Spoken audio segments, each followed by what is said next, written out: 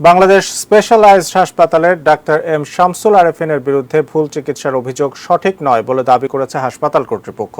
দুপুরে শ্যামলী মিরপুর রোডে হাসপাতালে ডাকা এক সংবাদ সম্মেলনে দাবি করে হাসপাতাল কর্তৃপক্ষ। তারা বলেছে, পর্যাপ্ত প্রস্তুতি এবং চিকিৎসার আন্তর্জাতিক রীতি মেনেই সংশ্লিষ্ট রোগীর চিকিৎসা করা হয়েছে। তবে চিকিৎসা দেওয়ার ক্ষেত্রে যে সমাধানযোগ্য জটিলতা তৈরি হয়েছিল তারও তাৎক্ষণিক সমাধান করা হয়। তাছাড়া রোগী এখন পর্যন্ত সুস্থ বলেও জানান সংশ্লিষ্ট চিকিৎসক।